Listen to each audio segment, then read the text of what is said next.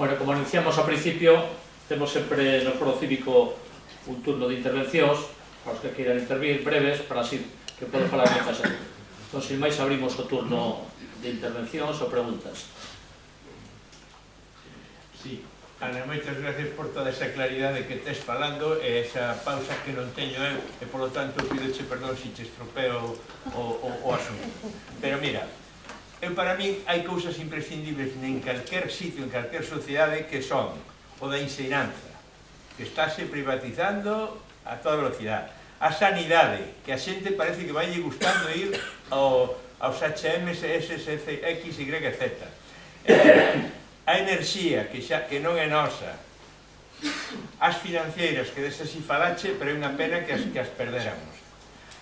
Falache da P9, e a de Carballo que foi toda a vida os 2 tercios, hasta a laracha gratuita, e logo por un vicio que é o que eu quero, en ese sí que quero afondar, o vicio que decir, mira, como non teño cartos, busco unha empresa constructora que me financie a terceira parte, o sea, de a laracha a Carballo, e lle dou a autopista, claro, quedas en mans deso.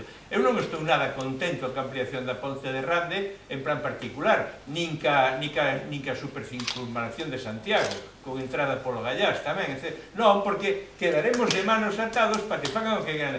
E, bueno, podería con eso repetir e facer outra conferencia de Bravú, non como a túa, e non quero por aí. Entón, o que hai que levar ao pensamento de todos nós é que o público por si non é malo, porque é que estános metendo na sociedade as oligarquías e os pequenos grupos que van quedando de todo que ti mires de arriba abaixo, quedan pequenos, de que todo privado é bo. Por que todo é privado é bo? Si mandarme isto a casa de Coruña a Coruña foi medio euro.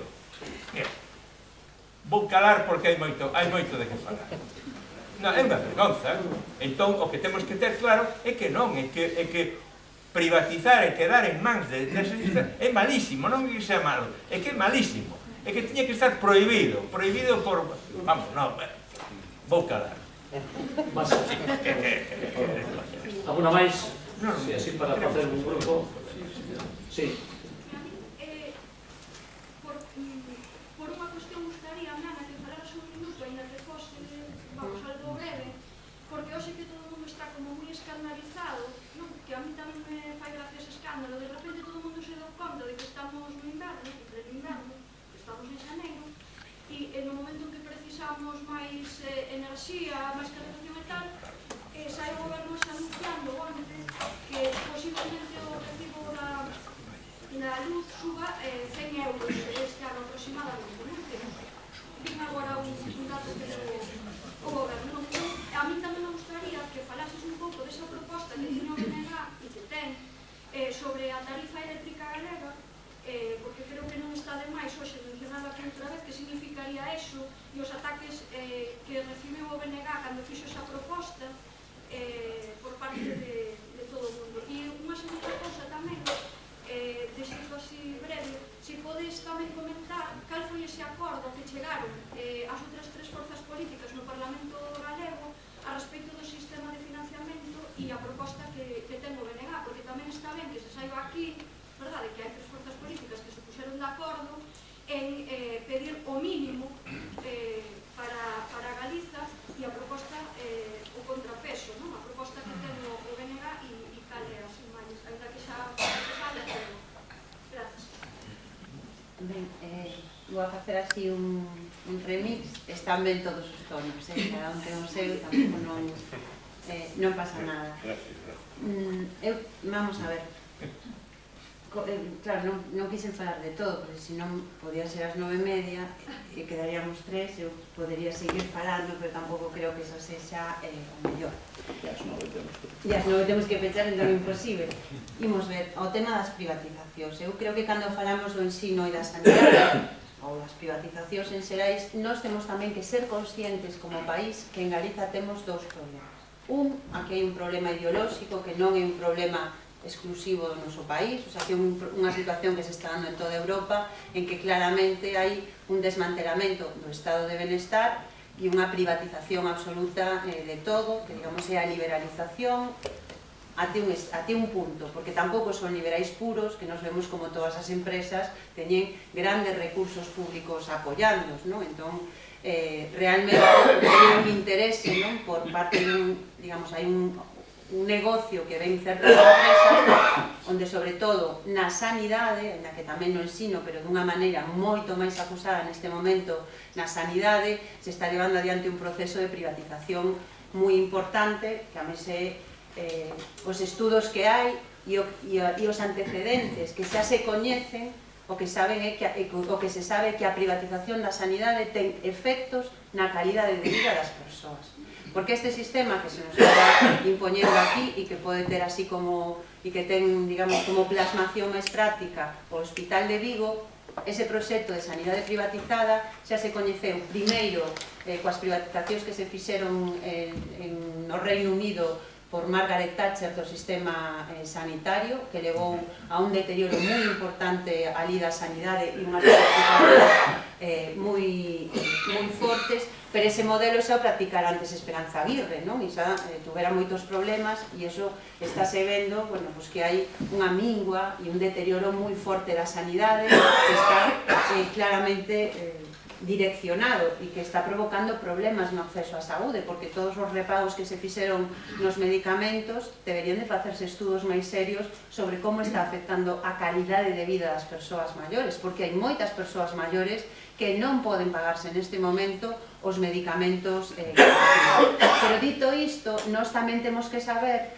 que a sanidade e a educación en Galiza están mal financiadas por un sistema de financiamento que é injusto con o noso país, porque aquí, cando se plantexou o sistema centralizado, fíxose con uns criterios que non atenden a cal é o coste real da prestación desos servizos. Cando se negociou a transferencia da sanidade a Galiza, fíxose sabendo, agora non quero mentirvos, pero estimábase que había en torno a un déficit de 1.000 millóns de pesetas, non? Mira aquí esta Pilar que recorda máis esos debates, que xa se sabía que cando se financiou estaba mal financiada, como se repetiu despois co sistema de dependencia, non? Que se quere montar unha terceira pata sin recursos, sin financiamento, e estamos vendo as desigualdades que iso provoca, sobre todo cando ademais non se acredita nun sistema público que garantice que ao final o sistema chegue a todo o mundo, sino que ao final se optou por unhas pagas, a ver se seguíamos mantendo a dependencia, e dentro desa dependencia a dependencia das mulleres que cubren os servizos públicos que non está prestando o Estado. Por lo tanto, cando falábamos antes do sistema de financiamento, temos que ver que nós, para sair das privatizacións e poder ter realmente un sistema sanitario e unha protección social ampla no noso país, temos que cambiar como é a distribución de fondos e temos que apostar por realmente poder utilizar os recursos que generamos nas prioridades que consideremos como país, que eu creo que teñen que ser estas, non? É un matiz, realmente non hai de momento ningún acordo sobre o sistema de financiamento, si que hai unha diferencia de partidas. Neste momento, polo que se leva falado, tanto o PP como o PSOE como a Marea no Parlamento Galego, valelles o actual modelo de financiamento con retoques, e nos o que decimos que este é o momento de ir un paso adiante e que é o momento de plantear que nós temos que ter un concerto, porque iso vai a ser beneficioso para mellorar a situación económica do noso país e porque tamén hai un debate político de fondo ao que non podemos escapar. Está claro, digan ou non o digan, que a Cataluña o Estado vai acabar ofrecéndolle un concerto económico como unha forma para intentar, digamos, fechar o debate sobre a independencia.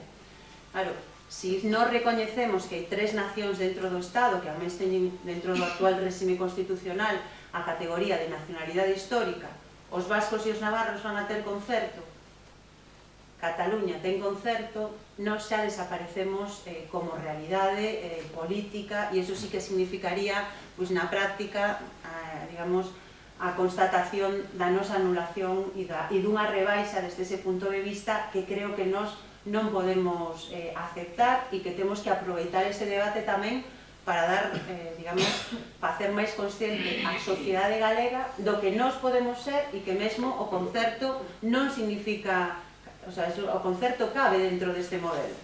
O único que nos pasaría é que teríamos un instrumento moi importante, moi potente para poder desenvolver o noso país e evitar un dos espolios que se produce, que precisamente que aquí estamos pagando máis do que logo se inviste en nós, pero encima creendo que nos subvenciona, o cal xa é, bueno, pues, a anulación absoluta do noso país. Logo, sobre o tema así das privatizacións e das estradas e demais, claro, eu poño o exemplo da AP9, non porque non me parezan graves outras privatizacións, sino porque me parece a máis escandalosa desde un punto de vista o sea, dunha visión na que nos temos aquí un trato que non é un trato en igualdade. O que non é lóxico é que 5 das principais cidades deste país están conectadas por unha autoestrada que é de pago e que tú, para poder moverte na zona máis poboada e con máis actividade económica, tes que estar pagando todo o tempo.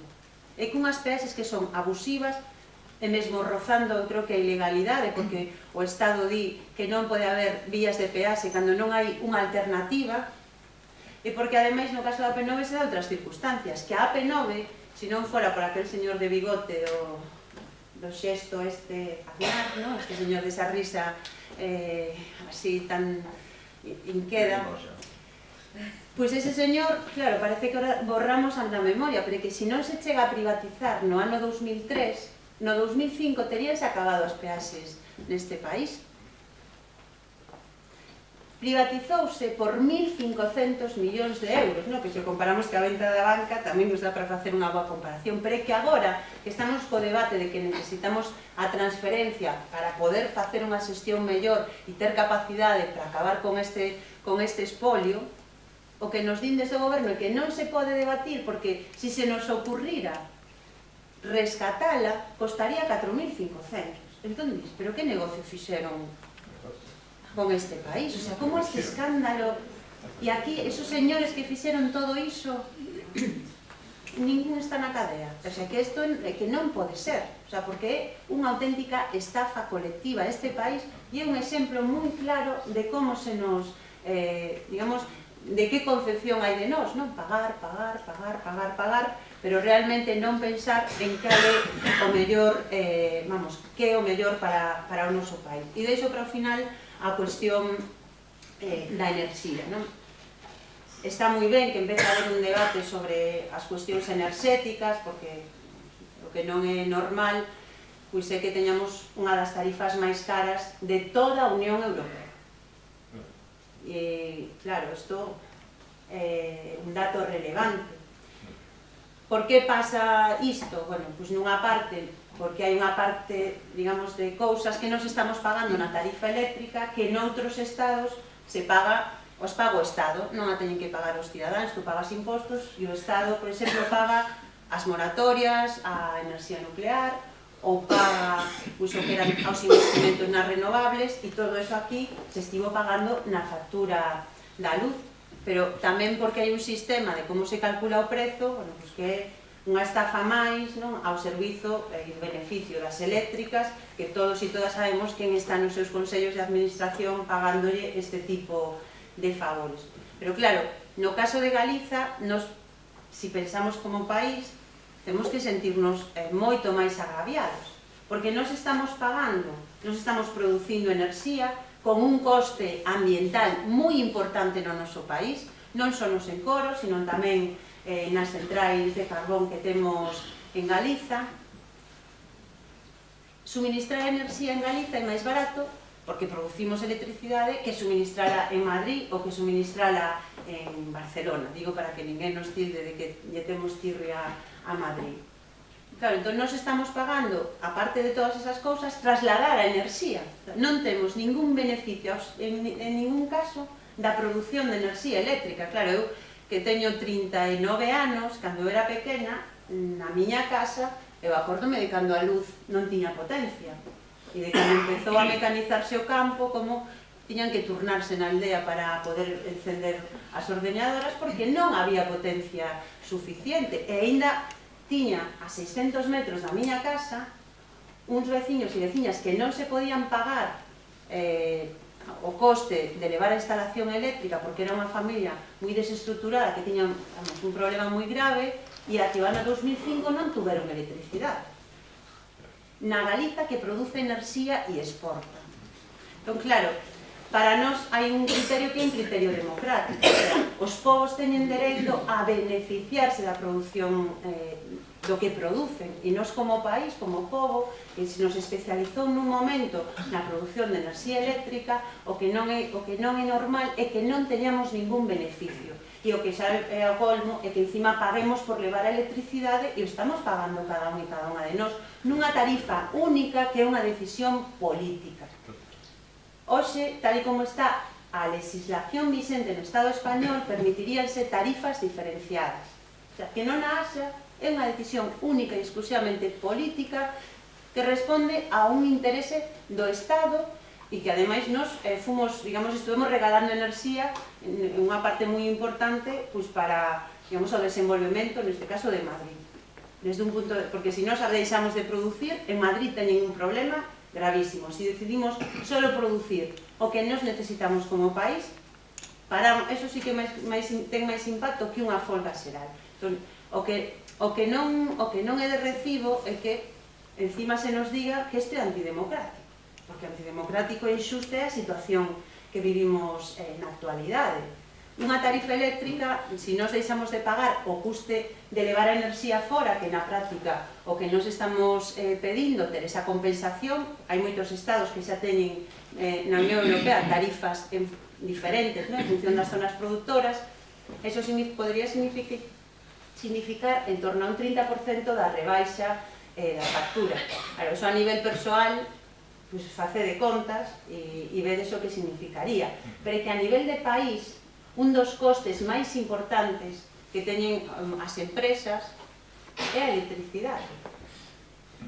Eso, desde o punto de vista do desenvolvemento económico de Galiza, sería a mellor decisión para poder facer aquí realmente unha política de industrialización do noso país e de desenvolvemento económico moi importante. E isto é algo do que se nos está privando. O sea, os vascos, que non producen tanta enerxía como a nós, teñen unha tarifa diferenciada para as súas empresas.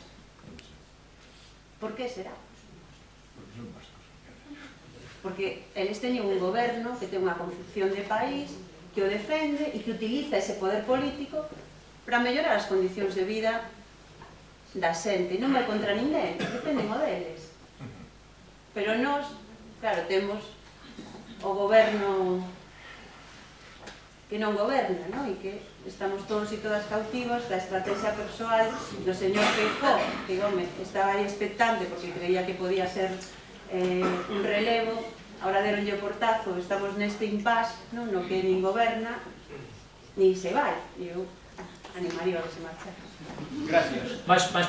Teño que marchar. Seguiremos nos vendo e ti e máis eu estamos en moi boa edad para traballar. E moito mellor. Máis preguntas que había por aí, non? Unha pregunta máis? Sí. Manuel, non é pregunta, é un parabéns á voceira nacional do BNG, foi perfectamente clara e sintética a exposición, e unha recordación que suscitou algunhas das súas palabras. A sanidade foi transferida baixo a xestión do conselleiro señor Montero, que non sabía falar galego, ou finxía que non sabía, en fin. A posición oficial, con el como portavoz, foi tan servil respecto do goberno español que o que se afirmou en sede parlamentar foi que esa transferencia non ia supoñer, respecto á sanidade, desigualdade a respecto da media española, e que nós, en ningún caso galegos, podíamos tratar de alterar a media española, que esa non era a pretensión, de maneira que incide no que xa comentaches claramente. É dicir, a mediación política foi, continua sendo tan absolutamente servil, tan entrevista, que entón non hai, claro. É unha especie de anarquía, entre aspas, ao servizo do goberno do Estado. E iso foi por alrededor de no primeiro goberno presidido por Fraga Aguilar. Alguna palabra máis por aí? Sí. Máis que unha pregunta é unha reflexión. Sí. Como pediría a que reflexión te gana sobre ese tema. Onte estive falando con un amigo da crisis real da esquerda a nivel planetario. E hoxe recordaste máis un pouco que a reflexión deste director que citaste. De unha xeración que crece sin referente, sin sentirse identificada con ninguén. Entón, é evidente que tamén está relacionado con o que decía este primeira persoa que intervino, que a esquerda está perdendo o debate das ideas, que está ganando a propaganda de que o privado é mellor, etcétera, etcétera, non? En moitos campos, non en todos, pero sí que é verdad que a nivel planetario a esquerda xa non é, digamos, o referente. De feito, moito descontento da clase traballadora está abrazando forzas de un signo totalmente distinto.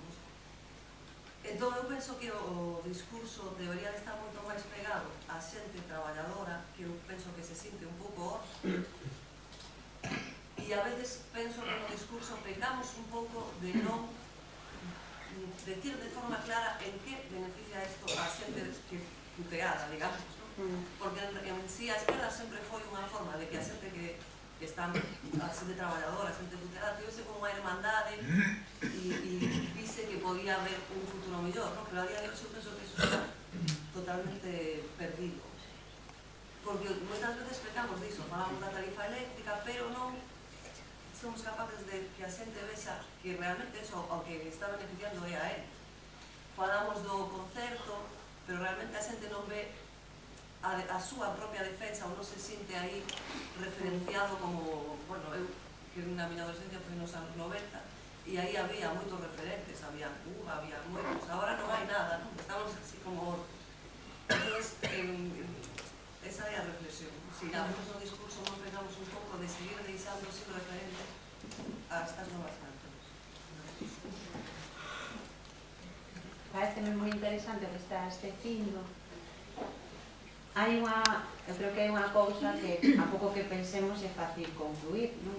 Hai un problema moi grave porque hoxe non hai modelos alternativos que estén funcionando, como tú decías, ao teu final, entón fai que as cousas parece que cando non teñen corpo nesta sociedade non, digamos, tan materialista e tan capitalista e tan individualista na que estamos, parece que nos resulta máis difícil poder verlos. Logo nos tamén estamos non sei como decirlo, a ver, nos estamos ahora mismo vivindo, non, un proceso no que, ainda que o réxime ten problemas, o certo é que a Unión Europea, non, que se crea como unha macroestructura, adopta unha ideoloxía como lei e iso fai moito máis difícil todo o debate, e porque tamén unha parte do que era a socialdemocracia europea abrazou clarísimamente todos os postulados neoliberais. O sea, nos analizamos o que está pasando en Europa e a esquerda socialdemócrata e a dereita están gobernando en moitísimos estados. Entón, claro, eso... E aquí, o sea, as leis do mercado, que son as leis que están nas directivas da Unión Europea, se nos impoñen como a norma, non? E de repente hai un argumento que Europa proíbe. Non? Europa proíbe que ten deberes, pero tú te podes endebedar coas colaboracións público-privadas das que falábamos aquí. O sea, tú non podes endebedar o Estado para construir unha carretera, pero podes endebedarte con unha empresa que che vai a cobrar 3 ou 4 veces máis por facer esa carretera do que costaría. Entón, claro, iso é certo que provoca ese, vamos, eu creo que un pouco ese problema, a necesidade tamén de recompoñer un discurso claro, con referencias, pero que eu tamén creo que nós, o sea, como nacionalistas, tampouco podemos abstraer do que é analizar o mundo desde, digamos, desde a realidade do país e como cada pobo ten que contribuir a unha, digamos, a un mundo máis xusto, non? Que eu penso que é a base de que nós podemos cambiar no que está máis cercano e se o cambiamos contribuiremos a que a sociedade sexa un pouco mellor, non? Logo, eu co tema do discurso e demais sempre creo que se pode mellorar, sempre creo que podemos facer as cousas con máis clareza e demais. Pero tampouco me gusta autoenganarme. Entón, claro, escoita a radio e tú mira cantas opinións reais diferentes vas a ter. Mira a televisión e mira cantas opinións diferentes reais vas a ter. E dentro de todo ese marco, mira cando o nacionalismo ten oco realmente para poder participar sin que sexan 30 segundos cortados ou 10 segundos cortados de cando en vez nun telexornal. Entón, nos temos un problema de que como se construe tamén, digamos, esa vía. Logo hai outras nas que nos podemos utilizar, eu creo que temos que utilizar as redes no campo que podemos, temos que utilizar, non, digamos, a capacidade de actuación social que temos e que tampouco debemos de creer que non existe, porque mellor nos estamos desarmando a veces, non? Creendo que se non nos sacamos medios de comunicación non temos nada que facer, non? Temos moitísimo traballo que facer, porque podemos ir aos sitios, falar coa xente, organizar as nosas cousas, e a sensación que eu hoxe teño é que hai oportunidades tamén para reconstruir ese discurso e que hai moitas persoas dispostas a escoitar, porque realmente a realidade, digamos, tamén foi situando as cousas un pouco, digamos, nos espazos, no que tiñan que estar, e eu son das persoas que son optimista de cara ao futuro, porque estou convencida de que hai masa crítica no país como para poder cambiar as cousas e que o temos que facer con optimismo, mellorando naquelas cousas en que nos poidamos mellorar, non creendo que facemos todo ben, porque eu non creo que fagamos todo ben, e por tanto que temos que ter esa capacidade que conseguimos, eu creo que neste último ano facer algo que ninguén confiaba, ou moi poucas persoas confiábamos en que pudera ser posible, non? Que era necesario confiar na alternativa que representaba o nacionalismo como alternativa que lle dá corpo a un país que existe e que ese discurso hai xente que lle interesa, que lle parece importante e sobre todo que eu creo que é a base necesaria, o sea, a base que vai a provocar un cambio real no noso país, non? E que, por lo tanto, non? Dentro de todo que nos teñamos que mellorar, que sempre son a primeira, que creo que temos que ter esa capacidade, non, para ser autocríticos e ser destructivos con nos mesmos, non? E ver que cousas non facemos ben, tamén creo que nos temos moita máis capacidade para cambiar as cousas se temos un discurso claro, se nos escoita e se nos tamén aparecemos con humildade, con normalidade ante as persoas, que creo que é algo moi necesario nestos tempos, non? Que todo parece así que moi televisivo, moi formateado e que se nos ten que ver como persoas de carne e oso normais, que temos os mesmos problemas e que efectivamente sentimos as mesmas preocupacións que teñen as persoas e que cando nos falamos dun concerto económico non estamos falando dunha idea abstracta, estamos falando de como ter recursos para a sanidade, para a educación, para a dependencia ou para sanear as nosas rías que tanta falta lles faz. Había alguna palabra máis por aí? Sí, xa. Sí. Moi boas noites a todos. Un pouco máis alto. Máis alto, vale. A miña pregunta, non sei se decir que é unha pregunta ou que é unha especie de recomendación que che facería a señora conselleira da Agricultura cando di que de histórico foi este ano o ano que máis labregos novos se incorporaron da historia. Eu algo lín así na prensa. Calquera cousa. Claro, eso que outras cosas. Dices que estamos na época da posverdade. E é posible que esteamos na época da posverdade, porque desde logo vivimos na mentira permanente. Eso de decir o agro galego está ben, cando nos mellores tempos que eu recordo éramos 107.000 labregos que estábamos de alta na Seguridade Social, cotizando no régimen especial. Esa gran fartura que non deixaba, porque eu que empecé sempre desde o principio, e despachamos por 602 euros cada mes, despois de cotizar 38 anos. Vale. Pero non é ese o problema. O problema é que cando éramos 107.000 labregos, que entregábamos cada un leite que tiña, e non daba para moito, pero gracias a aquilo pagabas a cota agraria. E hoxe que non hai nin 10.000, e ofrecenlles con incremento no precio do leite con contratos a 14 meses de 1 céntimo. Según o precio base, máis ou menos de 29, 30 céntimos.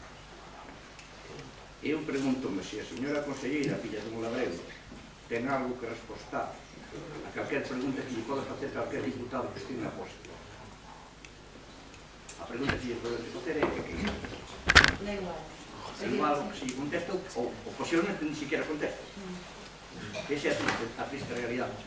Pero a triste realidade é que o máis levantar os olhos e ver como queda a Galicia. Sí, Claro, que non se pode facer milagros. Quero decir que eu estou moi... Non sei, os que non me conocen vou presentar. Levo 30 anos no sindicato labrego. E levo toda a miña vida labrego. Nacín de casa labrego, eu vim da labranza. E ainda teño que seguir sendo labrego ata hoxe. Curiosamente, unha gran fartura. Pero teño 4 vacas e gracias a eso, do curso Giovanni e incrementas 2.000 euros máis ou 9.000 máis ou menos.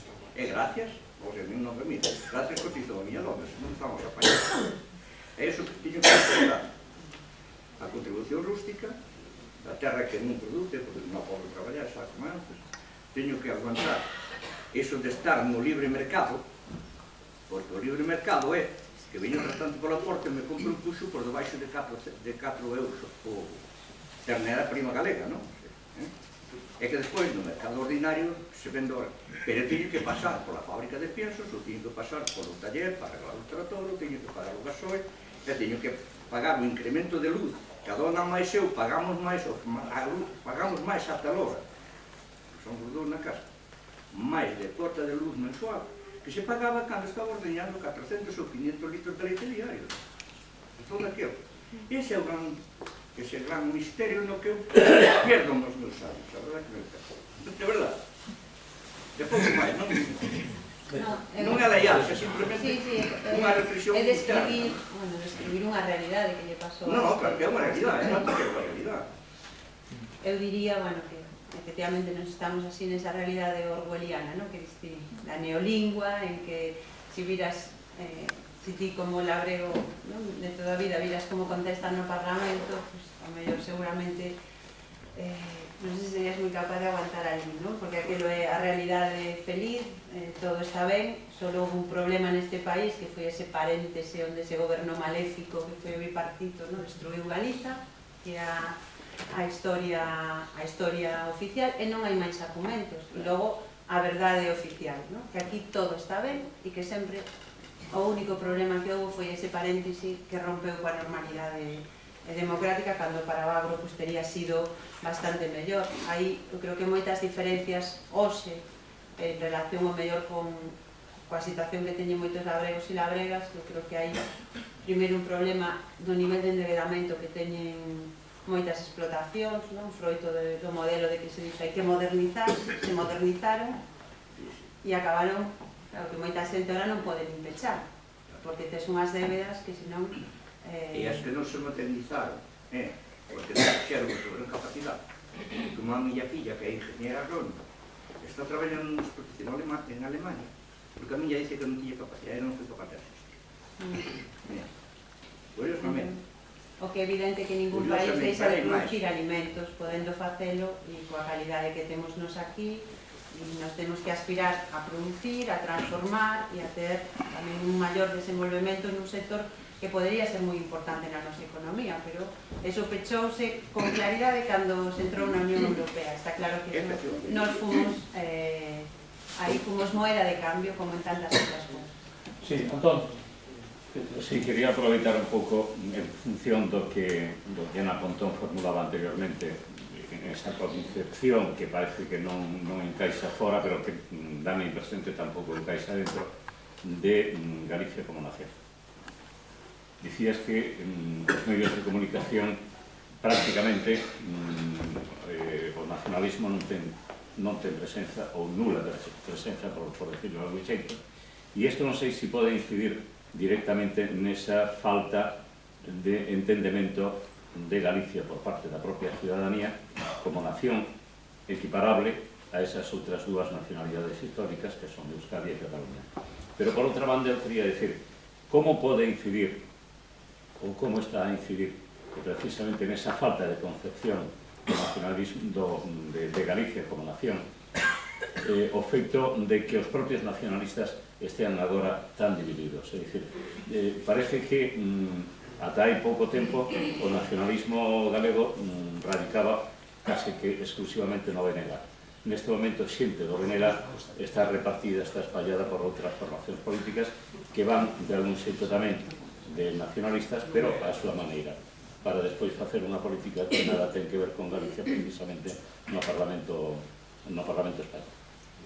Ben, eu, no dos medios, como a mí tampouco me gusta ser aí moi catastrofista, eu creo que ese é un síntoma dos problemas de base que ten o noso país, porque certamente, digamos, aquí non houve masa crítica como para manter, digamos, unha alternativa que representara a pluralidade política que hai desde o punto de vista mediático, e hoxe penso que calquera que lea a prensa galega é consciente de que o pensamento único está bastante presente nela, non? Mais alá de que vayan saindo noticias nos demais, pero hai uns fíos conductores, non? De cales son os marcos, e o marco, digamos, o marco no que se move toda a comunicación é o dun pensamento único e unha máxima que ninguna noticia que perjudique a Alberto Núñez Feijóo. Eu creo que eso poderíamos resumir así, máis alá do trato, non? De que vayan saindo outro tipo de noticias. Claro, eu non creo que a historia de Galiza, nin do nacionalismo en Galiza, se equiparable